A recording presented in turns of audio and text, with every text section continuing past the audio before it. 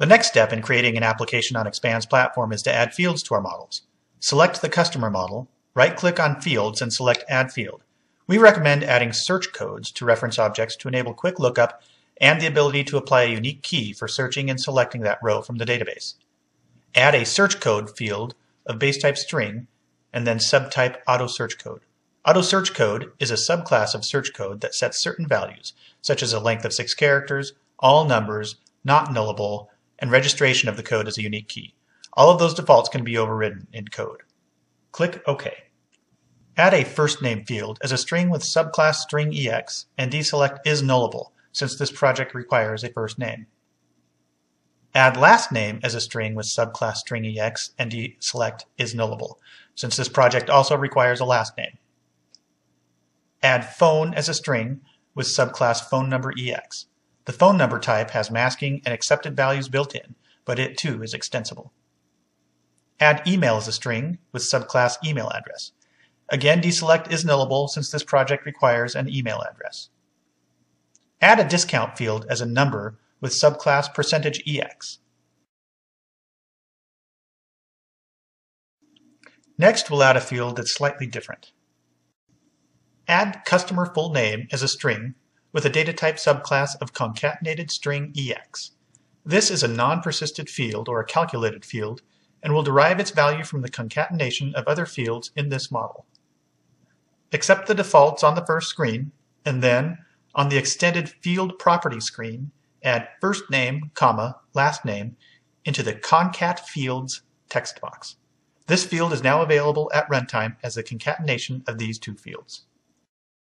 Next, we add a customer photo as base type blob, subclass blobEX. This field type allows us to upload any binary value.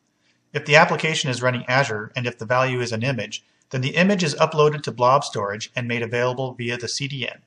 For on-premise applications, this functionality can be replicated using public virtual directories on the web server. Now let's add a new method to the model as well. The ability to have methods defined in metadata enables developers to bind their controls to those methods at design time. There are two types of bindings: repeating data methods and execution methods. When a grid or button is drawn on a client, developers can bind to a server-side method applicable to that control. Let's add a list customers method as a repeating data method. Later in this video, we'll bind that method to a grid or item template control on a client. Now let's add fields to the sales order model. Add a field called search code with a base type of string and a subclass of auto search code. Then add order date with base type datetime and subclass dateTimeEX. And then for an order total field, add a field called total with a base type of number, subclass currencyEX. Okay. Now let's move to the sales order item model object. Add a field called quantity with base type number, subclass integer EX. We're using integer EX because we only will accept whole numbers for this field. Next, let's add a field called value with a base type number and subclass of currency EX. All right, on to the item for sale model. First of all, we'll add a search code to the item for sale model object, since in our application we'll add items directly to this object and we'll want to search based on this code. We'll zip through the next few fields. Feel free to pause the video if necessary. We sped things up to keep the video moving along, so don't worry if it seems we're clicking pretty quickly. Next, add fields for name, description, and price. Add no discounts as a Boolean field to the service model object. And then add net mass and gross mass fields to the article model object.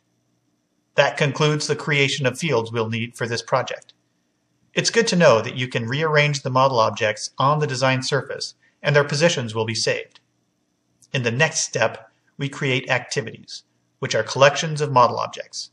For those of you who are familiar with MVVM, activities are the V portions of an MVVM model. As you'll see, our client-side user interface screens will bind to these activities.